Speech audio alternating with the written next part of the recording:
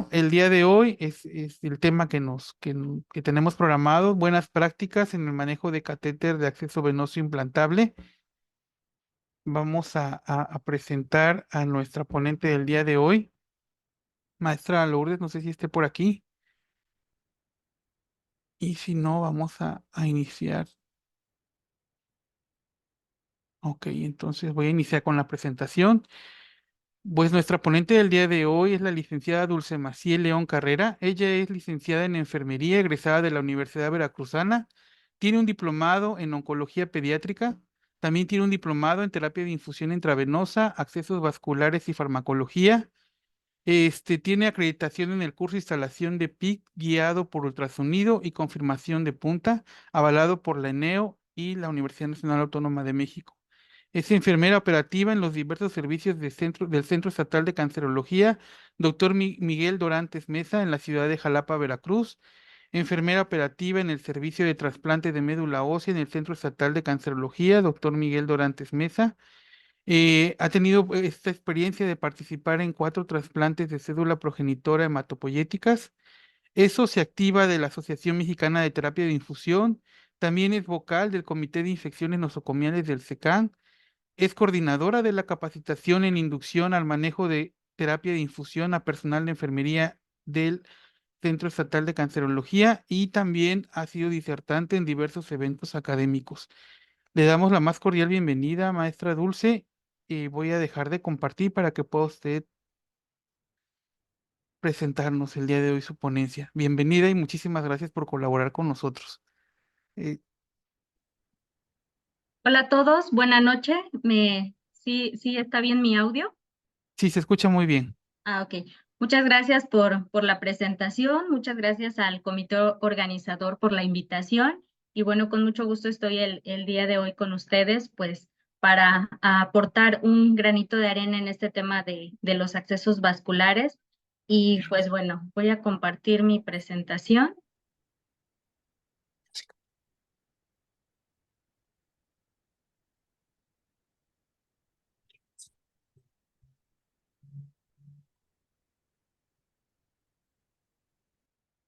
¿Ya se puede observar la pantalla completa? Sí, ya la podemos ver. Sí. Muchas Ok, gracias. bueno. Si falla un poquito el internet, quitaría yo mi cámara para que la conexión no tenga dificultad. Bueno, pues el tema que voy a compartir con ustedes el día de hoy es buenas prácticas en el manejo del catéter de acceso venoso implantable. Este es un dispositivo de acceso vascular totalmente implantable que comúnmente podemos escuchar que nos referimos a él como el catéter puerto. Entonces, bueno, pues vamos a comenzar. Si hay alguna duda, con gusto lo comentamos. Y bueno, nuestra agenda sería de la siguiente manera, una pequeña introducción, generalidades del dispositivo, los objetivos de su instalación, indicaciones para la instalación, contraindicaciones, un poquito del procedimiento de instalación, vamos a hablar de las agujas anguladas, los criterios para su elección, el procedimiento de la inserción, la antisepsia y retiro, y por último, algunas complicaciones. Y bueno, recordando que el catéter totalmente implantable, pues lo vamos a encontrar ubicado dentro de los dispositivos de acceso vascular central. Como sabemos, bueno, la clasificación de los accesos vasculares va desde el periférico corto, el catéter venoso periférico de línea media, el catéter PIC, que es un catéter central de inserción periférica, y en el rubro de los catéteres venosos centrales, pues tenemos otra diversidad que se pueden clasificar también por el sitio anatómico de instalación, ya sea un yugular, un subclavio, un femoral, por la cantidad de lúmenes, la duración de este dispositivo o la recomendación del tiempo de uso, que pueden ser de corta estancia, de mediana o de larga estancia. El catéter totalmente implantable es un catéter de larga estancia y pues queda implantado por debajo del tejido subcutáneo. Entonces es un catéter que nos permite un tiempo de años en el paciente. Y bueno, la población que regularmente vamos a ver con este dispositivo, pues son en su mayoría los pacientes oncológicos, porque pues por el tratamiento que requieren estos pacientes, pues las características de este dispositivo cubre esas necesidades. Es un tratamiento prolongado, las infusiones requeridas como los citotóxicos, pues suelen ser vesicantes, irritantes. El capital venoso de nuestros pacientes oncológicos, pues sufre un desgaste considerable y con el uso de un dispositivo central de larga estancia, puede concluir su tratamiento con este dispositivo. Y bueno, hablando ya específicamente del catéter totalmente implantado, no es un catéter nuevo, es un catéter que tiene ya muchos años con nosotros, desde de la década de los 70. Su uso surge para la administración de la alimentación parenteral. Esto es como el inicio de este dispositivo y pues claro, ha ido avanzando la tecnología hasta que llegamos a los modelos actuales de dispositivos totalmente implantados que podemos encontrar ahora en el mercado. Las características principales es que tiene una duración de una estancia muy prolongada, que pueden ser 5, 6, 8, hasta 10 años. Es biocompatible, altamente biocompatible. Se sitúa debajo del tejido subcutáneo y la punta se aloja en vena cava superior o en vena cava inferior. Esto lo hace un catéter central. Consta de una cámara o un portal con una membrana de silicona que está en el centro, y va unida a la línea del catéter. Permite infusiones de manera ambulatoria, en hospitalización y usos frecuentes. Acceso a este dispositivo de maneras repetidas. Bueno, aquí podemos ver un corte transversal de lo que es el dispositivo. Aquí vamos a observar que tiene un tabique, esta es la membrana de silicón. Aquí se deposita la solución, esto es un volumen muerto. Esta parte es la carcasa o el del reservorio. Aquí encontramos un sistema de fijación. El tubo o salida del puerto. Aquí propiamente la línea del catéter y en este espacio el anillo de conexión donde se fija la línea al reservorio. Y bueno, la membrana de silicón se sella en la zona de infusión donde va a descansar la aguja. El catéter se fija a la cámara mediante un conector y la línea del catéter, tanto la línea como el reservorio, deben ser radiopacos. Van desde el calibre 4.5 French hasta el 12 French. La membrana del portal es autosellable y permite una media de 2000 punciones aproximadamente. Y bueno, tiene un diámetro de 22.8 a 32 milímetros, tiene los puntos de sutura que se fijan a través de las perforaciones de la cámara. Pueden ir desde 2 espacios hasta 6, dependiendo el modelo, dependiendo la marca. El peso va de los 3.2 gramos a los 16 gramos, dependiendo el material y el tamaño. Y algo muy importante, este dispositivo sí o sí requiere una aguja angulada para accesar al dispositivo. No podemos hacer uso o no debemos hacer uso de una aguja hipodérmica convencional para acceder a este dispositivo.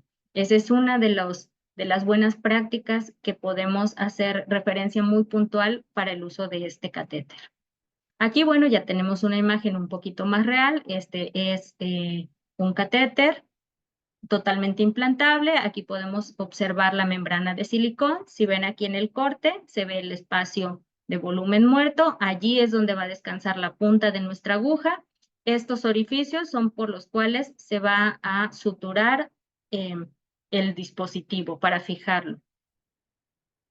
Y bueno, el material puede ser de poliuretano, de titanio, de polisulfona y contar con 1 o 2 lúmenes. La mayoría de los catéteres que vamos a encontrar van a ser de una sola luz, pero bueno, tener en consideración que sí existe el de dos cámaras con sus 2 luces.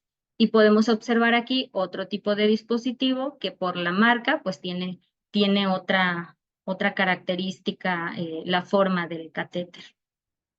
Las medidas, es importante que ubiquemos o conozcamos también las medidas que tienen estos dispositivos, porque bueno, la altura del catéter debe ser suficiente para levantar la piel facilitar su localización y garantizar que la aguja permanezca dentro de la cámara.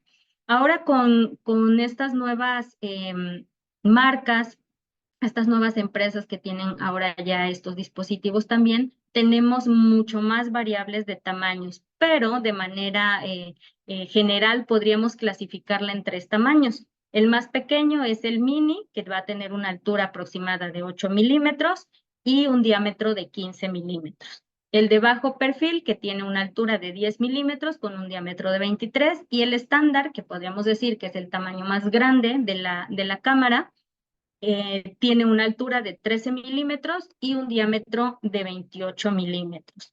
Las alturas o el tamaño de la cámara va a depender de la valoración que haga el médico cirujano, pues obviamente dependiendo de la complexión del paciente, la cantidad de tejido muscular, la cantidad de tejido adiposo que tenga el paciente, es como va a elegir el tamaño del reservorio. Y el calibre del catéter, que es la línea, bueno, pues también va en relación con estas medidas. Y bueno, también hay que considerar que no siempre vamos a encontrarnos con un reservorio redondo. Hay diferentes marcas que pueden tener formas de aceituna, formas triangular, pero siempre van a tener las características de ser rígida, indeformable y radiopaca. Por ahí sí hay en el mercado algunos catéteres totalmente implantables que su cámara no es radiopaca. O sea que si nosotros queremos ver este dispositivo a través de una radiografía, solo vamos a observar la línea del catéter, pero no el reservorio. No es lo ideal porque para hacer una valoración de una posible complicación, que se haya lateralizado el dispositivo, por ejemplo, es de mucha ayuda observar en esta imagen de radiografía el reservorio. Y bueno, ¿cuáles son los objetivos por los cuales se coloca un dispositivo de acceso vascular totalmente implantable? Pues bueno, para disponer de un acceso venoso rápido, seguro y eficaz, reducir el número de punciones, sobre todo las punciones periféricas, disminuir el dolor y la ansiedad del paciente hacia la venopunción, favorecer la comodidad del paciente y su calidad de vida, porque al tener este dispositivo central va a tener libre miembros superiores para realizar otra actividad. Evitar daños por extravasación e infiltración, que suelen ser complicaciones frecuentes cuando utilizamos una vía de acceso venoso periférico. Y bueno, las indicaciones para la instalación de este dispositivo podríamos considerar las siguientes. En ausencia de vías venosas periféricas, necesidad de varios ciclos de quimioterapia, venopunciones repetidas, transfusiones de sangre y derivados, nutrición parenteral, infusión prolongada de antibióticos, una analgesia continua y toma de productos sanguíneos para exámenes de laboratorio. Y bueno, en este contexto, el paciente oncológico regularmente va a requerir de todos estos puntos que acabo de mencionar, sobre todo los pacientes hematológicos, pues requieren constantemente la transfusión y constantemente ese muestreo sanguíneo, además de su tratamiento de quimioterapia, que es básico para tratar el cáncer. Y bueno, los sitios anatómicos donde podemos encontrar instalado este tipo de dispositivo, pues los vasos que regularmente se abordan es yugular interna, yugular externa, subclavia, en menor proporción femoral, pero sí lo podemos encontrar. Y ahora también actualmente ya se está abordando lo que es el PICC-POR, un catéter totalmente implantable que se va a instalar un poquito parecido a lo que es un catéter PICC, pero bueno, en el sitio de inserción, pues va a ir allí el reservorio, vamos a tomar regularmente la vena basílica. Y en la imagen de la izquierda, ustedes pueden observar que independiente al vaso que se aborde, el reservorio puede quedar en el abdomen y en tórax regularmente. Y bueno, ¿cuáles podrían ser algunas de las contraindicaciones que se pueden presentar para la colocación de este dispositivo. Algunos elementos que alteren la anatomía vascular, historia de accesos previos, número y localización. Un ejemplo pudiera ser que se pretende acceder a una vena subclavia o a una vena yugular y que anteriormente el paciente ya tuvo un acceso de un dispositivo de acceso vascular con técnica de venodisección. Entonces esto ya no nos permitiría acceder a este vaso. Antecedentes de radioterapia que comprometa el sitio valorado para la inserción, presencia de enfermedad torácica como puede ser derrame pleural, metástasis pulmonares, tumor mediastinal, antecedentes de cirugía en ese sitio, falta de integridad de la piel y un punto muy importante que es el conteo de valores sanguíneos de plaquetas y neutrófilos. Plaquetas menor a 50,000 y neutrófilos menor a 1,500. Estas serían condiciones no ideales para instalar el dispositivo en ese momento, ya que se asocian a episodios sépticos. Tendría que recuperar esos niveles para que posteriormente se pudiera instalar el dispositivo. Y bueno, para el manejo de este catéter, como en todos los demás, hay que recordar que tenemos una normatividad, tenemos estándares que vienen pues ya especificados en esta normatividad y podemos hacer referencia de las normas oficiales mexicanas, como es la norma oficial 022, que habla específicamente sobre el manejo de la terapia de infusión, pero también hay otros documentos que emite la Comisión Permanente de Enfermería y que tiene en ellos pues varios estándares para el manejo adecuado de los dispositivos vasculares. El catálogo maestro de guías de práctica clínica y algunos otros organismos internacionales como puede ser CDC, INS, ITSA, que contienen algunos lineamientos para el abordaje de los dispositivos, sobre todo para disminuir el riesgo de las infecciones asociadas al torrente sanguíneo. Hasta aquí, no sé si tienen alguna duda, algún comentario o continuamos. ¿Quién quiere participar, compañeros? Parece que no. Ok. Todo muy bien, gracias. Bueno, la instalación, bueno, lo voy a mencionar un poquito rápido porque realmente la instalación no es una competencia propiamente del personal de enfermería, pero participamos activamente en este procedimiento, sobre todo, obviamente, el área quirúrgica, ¿no? Pero es importante hacer mención de algunos puntos relevantes, ¿no? Sobre todo las medidas de seguridad. Hay 3 puntos importantes para iniciar, que sería el baño del paciente, el uso de antisépticos recomendados y las técnicas asépticas.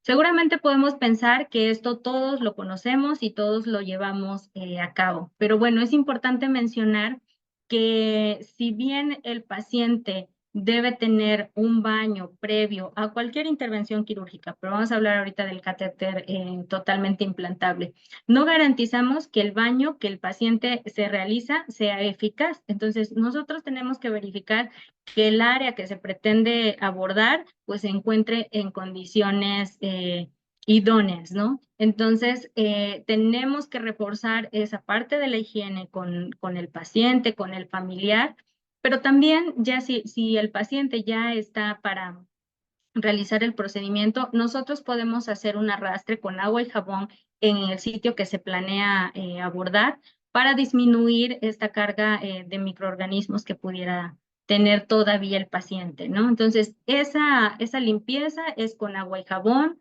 Recordar que si tenemos un abordaje programado o planeado para subclavia, por ejemplo, es importante hacer limpieza de todo el tórax, el cuello, porque no podemos asegurar que así como se planeó va a concluir el procedimiento en ese vaso que se eligió de primera instancia.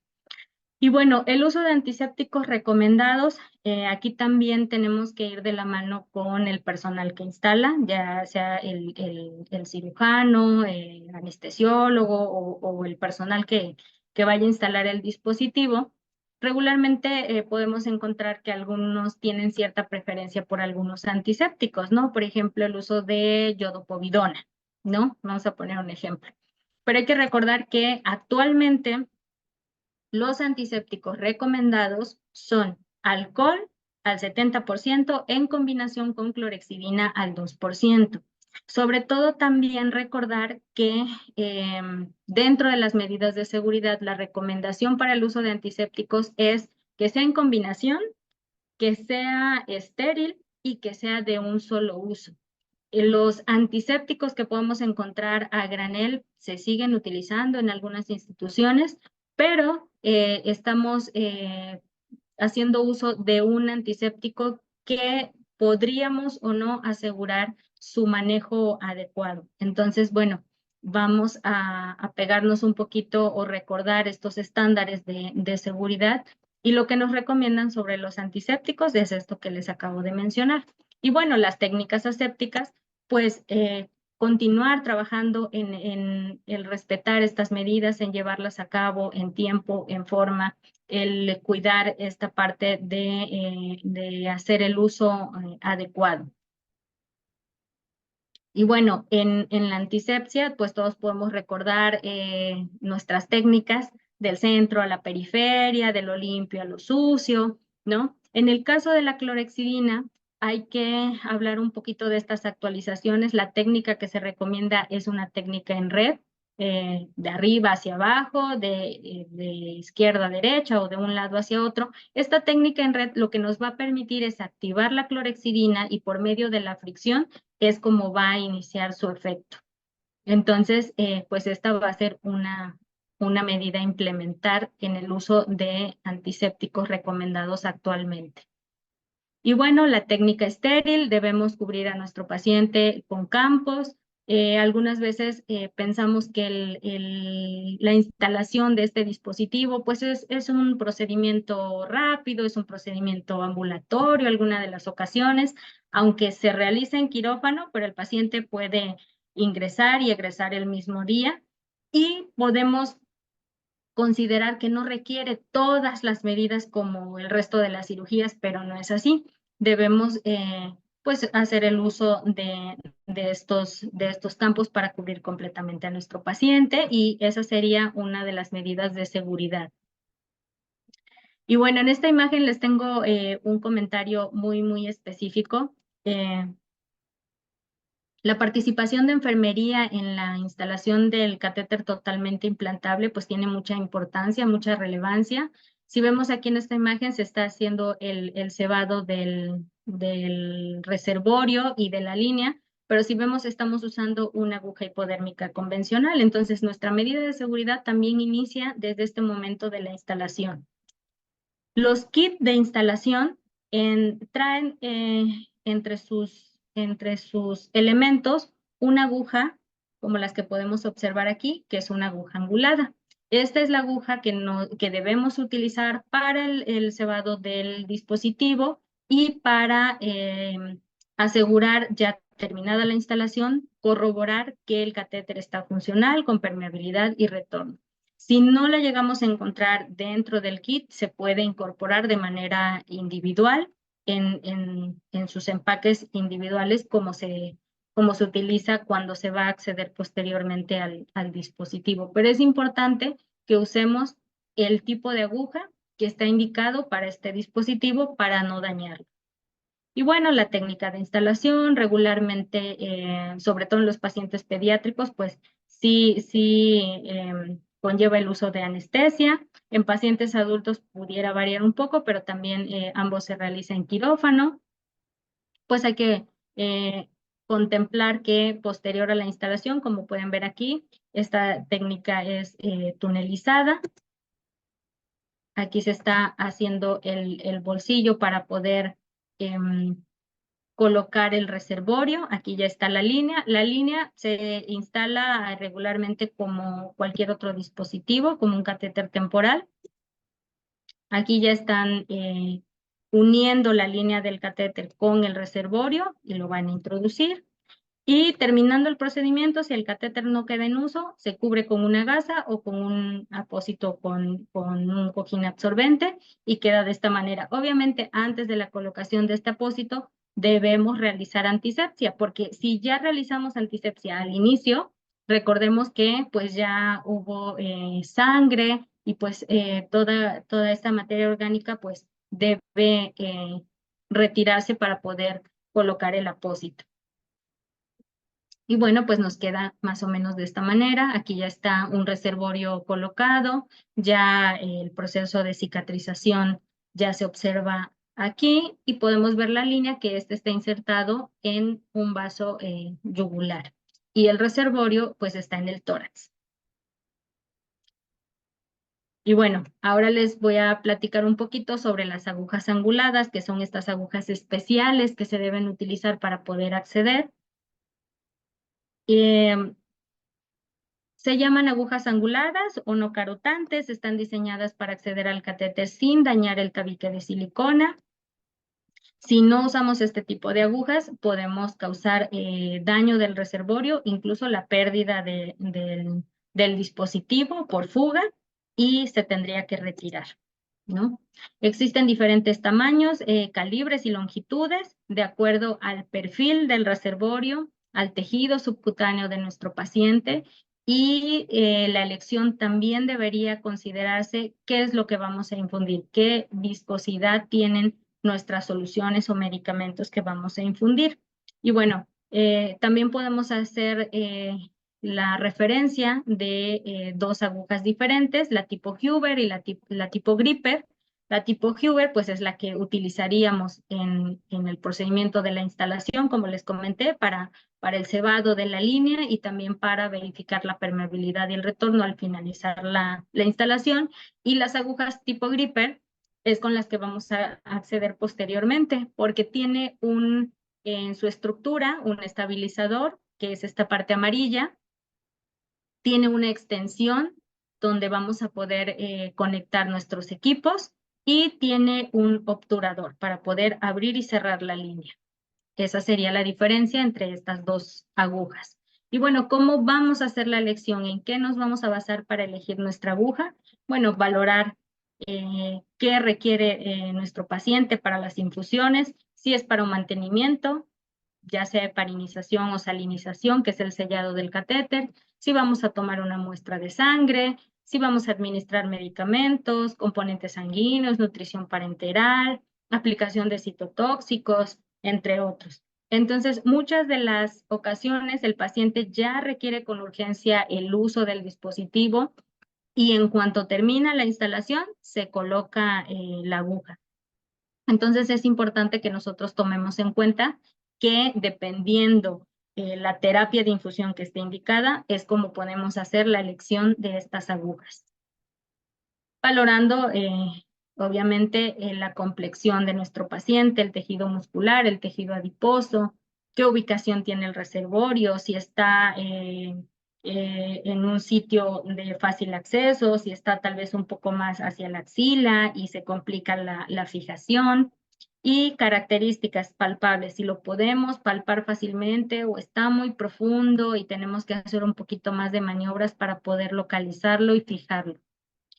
Y bueno, en el mercado también encontramos gran variedad de agujas anguladas. Algunas tienen este sistema de autoguardado para evitar las punciones accidentales. Otras tienen ya en su sistema integrado un cojinete para que la aguja no lastime la piel.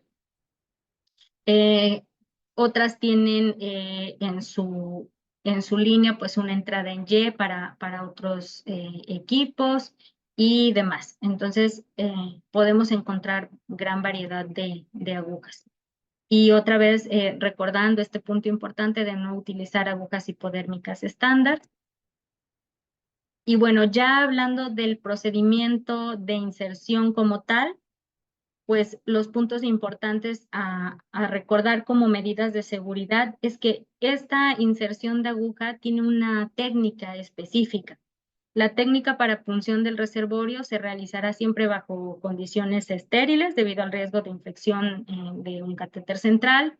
La posición que se sugiere es posición semi-Fowler, aunque esto puede variar dependiendo la complexión de nuestro paciente.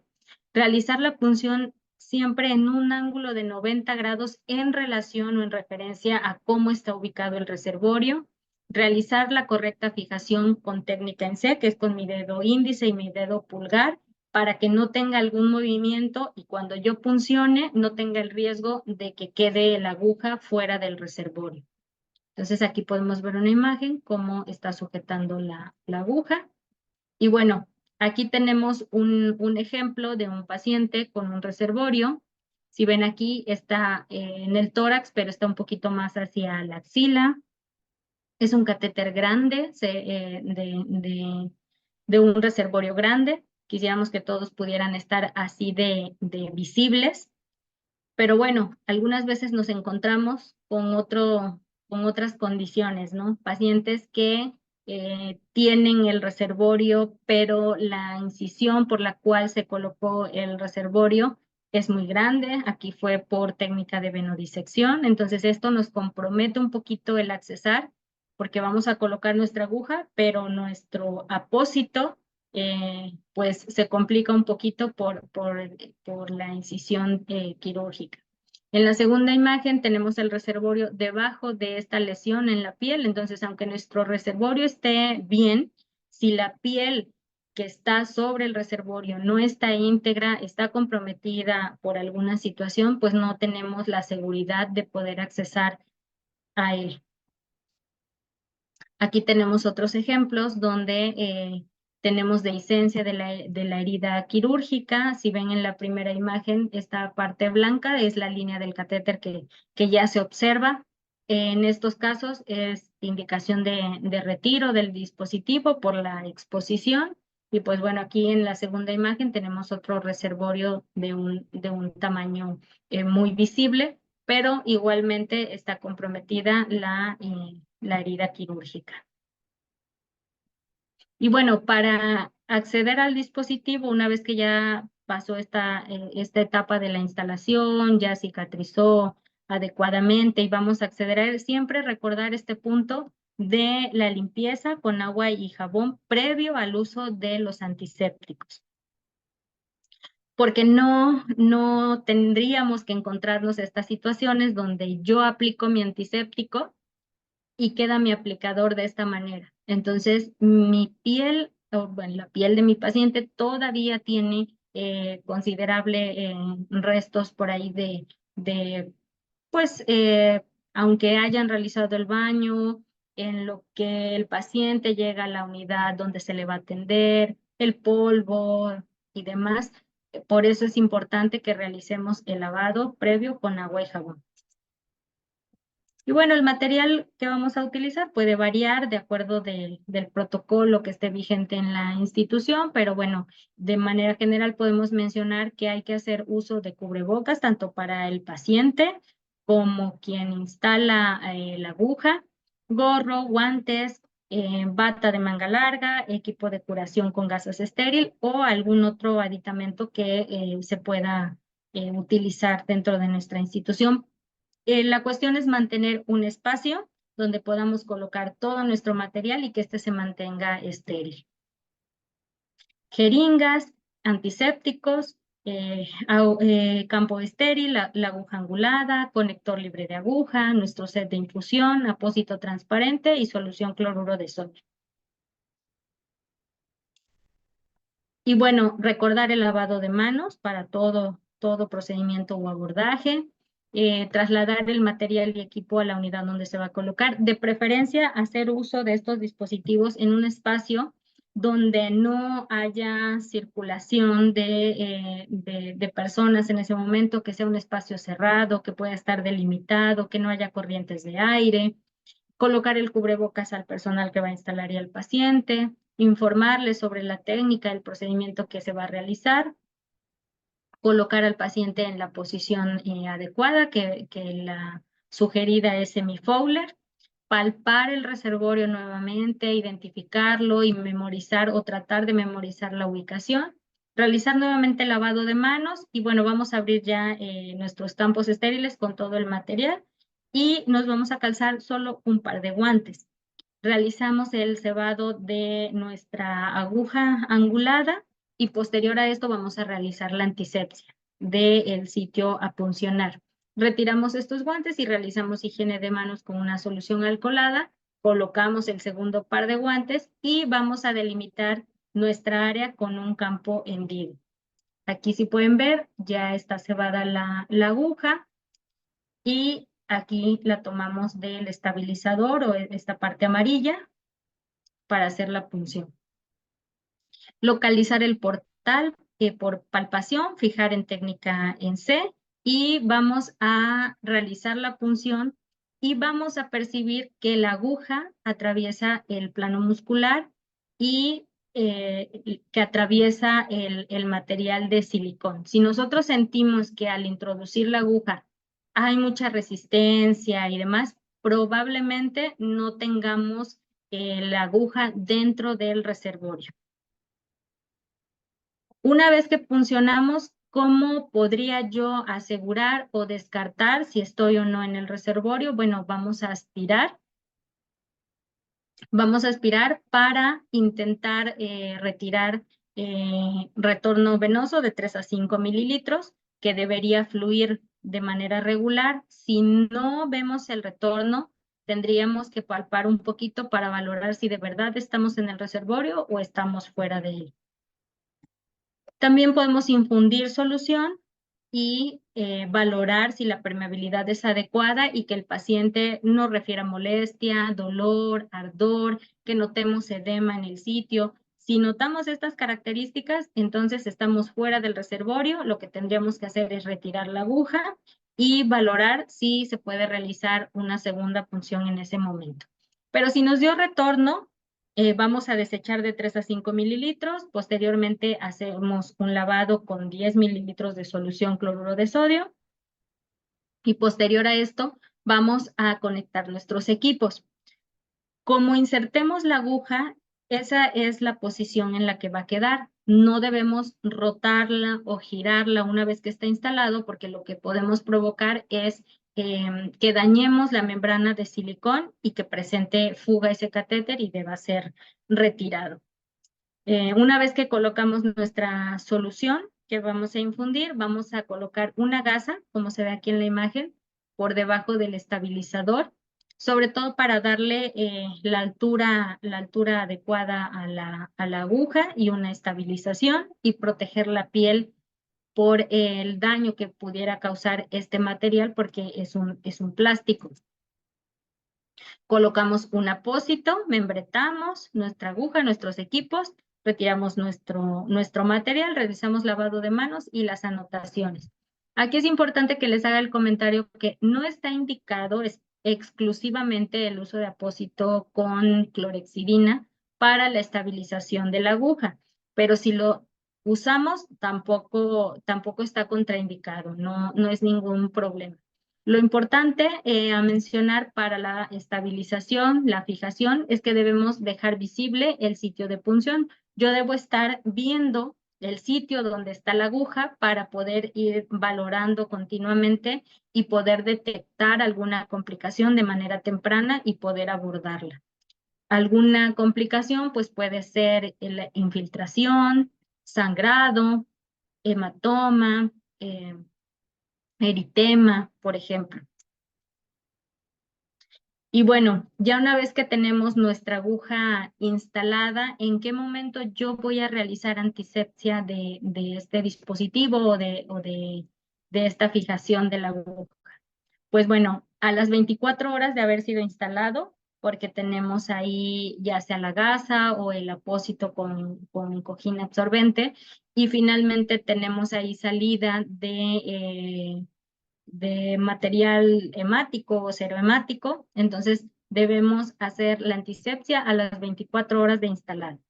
A los 7 días, para hacer el cambio de la aguja, si nuestro paciente va a continuar con su tratamiento, la aguja solo puede estar durante 7 días. Y hay otro momento que es en el que es requerido. Esto va a ser, no importa si mi apósito o mi aguja tiene 2 días, 3 días, 5 días, si presenta las siguientes condiciones, se debe hacer en ese momento. Si el sitio de punción no está visible y yo no tengo la referencia de qué hay debajo de mi gasa, no sé qué calibre de aguja, no sé si tiene algún sangrado. Entonces, para descartar complicaciones, lo ideal sería hacer la antisepsia para dejarlo como lo vimos anteriormente. Si tenemos humedad externa, el paciente está diaforético y el catéter ya tiene una humedad considerable. Si el paciente se metió a bañar y no se protegió el sitio y tuvo el chorro del agua directo en el apósito y se mojó, debemos realizar el cambio. Si tenemos datos de fuga, si mi solución está saliendo por el sitio de punción donde está mi aguja, debo retirar el apósito para valorar si la aguja está en el reservorio y obviamente cuando yo quito un apósito, pues requiero realizar antisepsia para colocar uno nuevo. Si tenemos datos de infiltración, pues también debemos retirar. Y si mi apósito está visiblemente sucio, puede ser que mi paciente tuvo algún procedimiento, algún otro abordaje, y si ven como aquí en la imagen, tiene restos de yodopovidona, pero pues esto ya compromete la seguridad de mi apósito. Entonces, ahí también requiere de una antisepsia. Si tengo desprendimiento y hay entrada de aire a través del apósito, si tengo un sangrado o secreción considerable, como en este caso, que la gasa ya está bastante impregnada, debo realizar una antisepsia. Y bueno, si hay datos de infección, aquí en esta imagen tenemos un ejemplo de salida de material purulento y hemático del sitio donde está la aguja. Entonces ahí requiere de una antisepsia y requiere del retiro de la aguja.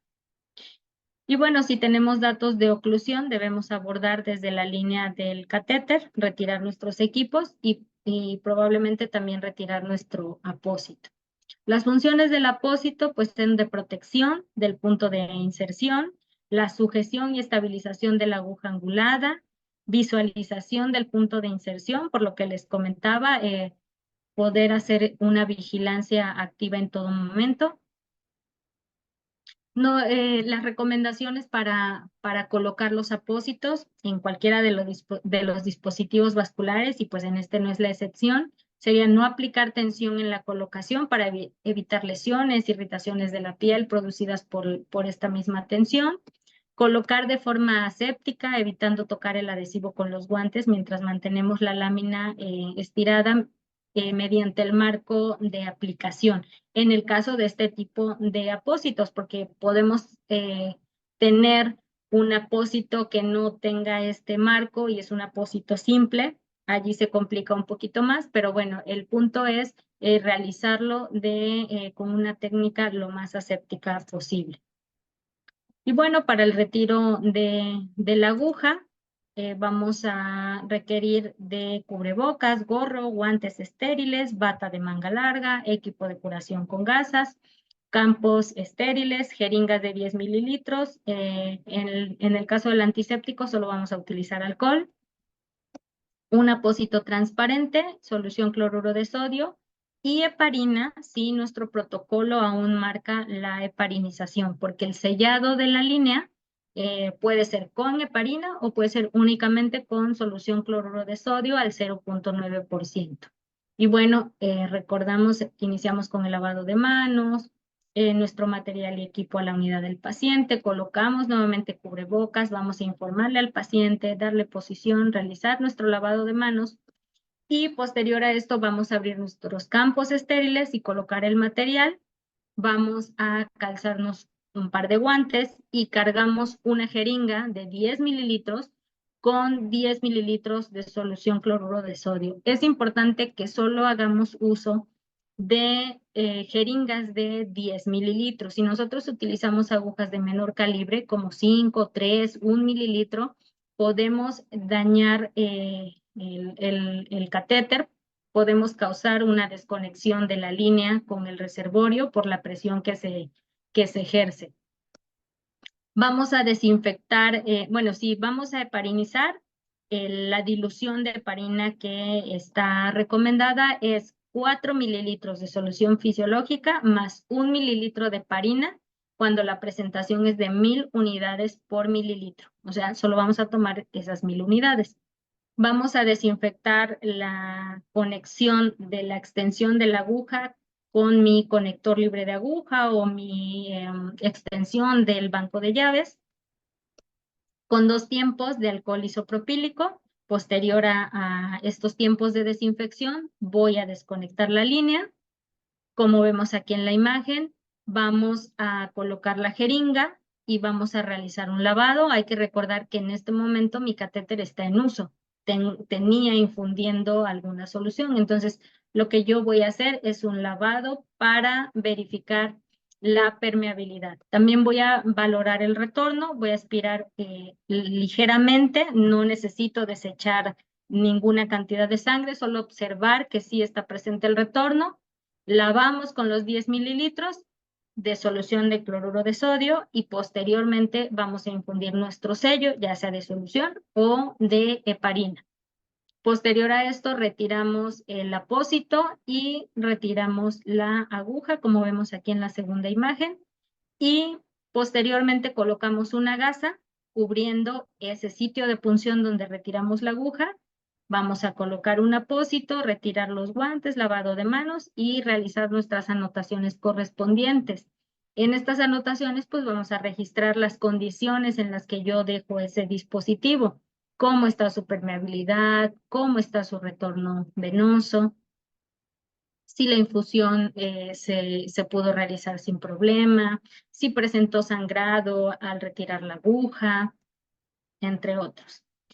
Si mi dispositivo no va a estar en uso por alguna situación, a lo mejor está terminando tratamiento o va a tener radiación mi paciente y no va a hacer uso del dispositivo, debemos darle mantenimiento. Este mantenimiento está indicado realizarlo cada 28 días y es un sellado con heparina o con solución, cloruro de sodio. Entonces, mientras mi catéter esté en uso, yo no voy a darle ese mantenimiento porque cada vez que yo retiro la aguja, voy a hacer ese sellado. Entonces, no requiero el mantenimiento exclusivo. Solo si en un periodo de 28 días mi catéter no va a ser usado para ningún procedimiento. Y bueno, hay complicaciones que nos podemos encontrar en el manejo de este dispositivo desde su instalación. Desde la instalación podemos presentar, bueno, la oclusión del catéter. Esto se puede dar principalmente por un síndrome que se llama síndrome del pinch-off, que es una complicación mecánica que se presenta en los casos donde el reservorio se ha situado en la vena subclavea entre la primera costilla y la clavícula. Si ven en la primera imagen, tenemos aquí el reservorio, aquí donde está mi cursor, y la línea del catéter va hacia arriba, hace una ondita y baja, llegando a vena cava superior. Pero en la segunda imagen, ubicamos nuevamente el reservorio, seguimos la línea y si vemos arribita de la clavícula, hace como un piquito. Entonces, allí nuestra línea hace una oclusión. Entonces, lo que nosotros vamos a encontrar es que no puedo infundir la solución o no puedo extraer sangre, pero más allá de que se haya ocluido intraluminal, o sea, algo en la luz de mi catéter, es mecánicamente esa oclusión. Se presenta sobre todo en los pacientes que son muy pequeños, el tórax es muy pequeño y entonces es más probable que haga esos acodamientos. Aquí en esta otra diapositiva podemos ver otro ejemplo. La primera imagen, el catéter desciende sin problema, pero en la segunda imagen vemos que hace ese doblecito otra vez por arriba de la clavícula. Entonces, ahí vamos a tener problema para las infusiones. Y bueno, puede tener también complicaciones cardíacas, arritmias, embolización de aire, hemotórax, neumotórax, sobre todo esto en la etapa de instalación. Y complicaciones ya relacionadas al uso, pues puede presentarse infección asociada al catéter, oclusión del dispositivo, trombosis, extravasación, fractura o desconexión o migración de la línea. Las infecciones asociadas al catéter, bueno, principalmente se asocian a 4 vías de contaminación que puede ser a través de la piel del paciente, y que esto lo vamos a disminuir sobre todo con esta cuestión de la limpieza previa con agua y jabón, el uso correcto del antiséptico que voy a colocar. En manipulación a través de las manos, pues nuestro lavado de manos es básico. El acceder a estos dispositivos con una técnica séptica. Por vía hematógena también se puede infectar nuestro catéter por vía hematógena de otro sitio de infección y por infusiones de sustancias contaminadas. Si lo que yo voy a administrar en algún punto tuvo una contaminación, pues es probable que mi dispositivo presente una infección, bueno, una colonización y que mi paciente pueda presentar una infección asociada a este dispositivo. También podemos encontrarnos infección localizada del sitio de entrada o salida del catéter, infección del bolsillo del puerto, una bacteremia propiamente relacionada a catéter y endocarditis. Entre otras complicaciones como la oclusión, puede darse por la mala posición del catéter, como ya vimos, trombosis del vaso o del catéter, precipitación intraluminal de fármacos y otra, la oclusión por transfusiones. Aquí podemos ver este catéter que fue retirado por oclusión. Alcanzamos a ver aquí a través de la membrana de silicón que tiene coágulos. Esto es por el uso del dispositivo para transfusiones y si no realizamos un lavado adecuado de la línea posterior, bueno, previo y posterior a la infusión, pues puede presentarse estas oclusiones.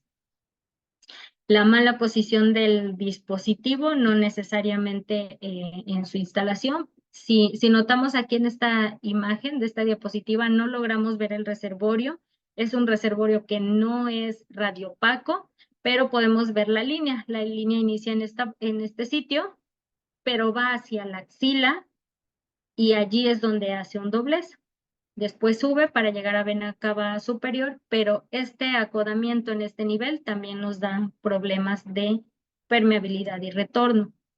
La trombosis asociada al catéter y recordando que la trombosis es por sí misma una consecuencia directa del crecimiento tumoral y de la respuesta inflamatoria del huésped al inducir la disminución de agentes anticoagulantes. Entonces, en los pacientes oncológicos podemos encontrar esta complicación de trombosis de manera frecuente. Y la trombosis, pues bueno, va a repercutir en la funcionalidad del dispositivo, pero muy seguramente también en la presencia de infecciones, porque al tener ese trombo, pues ese biofilm que hay dentro de la luz del catéter, pues es mayor la probabilidad de que allí se alojen microorganismos y que pueda desarrollarse en una infección. Para esto hay que recordar el lavado de líneas, hacerlo de manera adecuada, con jeringa, con 10 mililitros, en técnica de presión, pausa, presión, y vigilar que siempre esté una permeabilidad adecuada. Algunas otras complicaciones pueden ser la infiltración o la extravasación, que la vamos a notar de esta manera. Ya una vez retirada la aguja, tenemos ahí el edema, fractura o desconexión. En esta otra imagen tenemos esta migración de la línea. Si vemos, aquí está el reservorio, aquí tenemos nuestro sitio de conexión hacia la línea, pero ya no hay línea en esta imagen. Vamos siguiendo el trayecto donde debería estar mi línea del catéter y vemos que se aloja en ventrículo.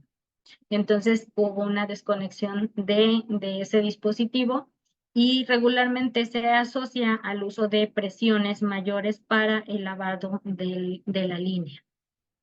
Y bueno, si tenemos una elección inadecuada de nuestra aguja angulada, como en estos ejemplos que queda una cantidad considerable de aguja fuera del reservorio, fuera del nivel de la piel, no podríamos estabilizar esta aguja de manera adecuada y probablemente salga del reservorio y pueda llevarnos a una infiltración o una extravasación.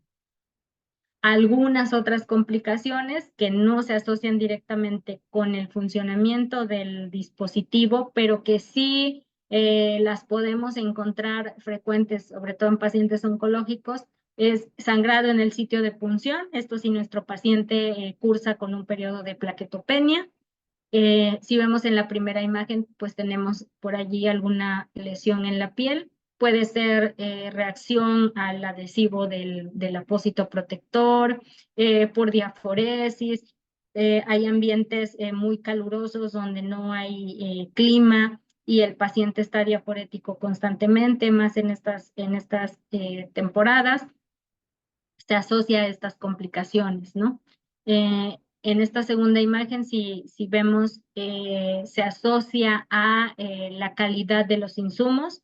La aguja se desprendió de la parte plástica del estabilizador. Entonces, esta es una complicación relacionada al insumo. Si vemos aquí en la primera imagen, pues está con datos de infección local. Aquí en el reservorio podemos pues observar que tiene un cambio de coloración, que hay un poco de edema sobre el reservorio.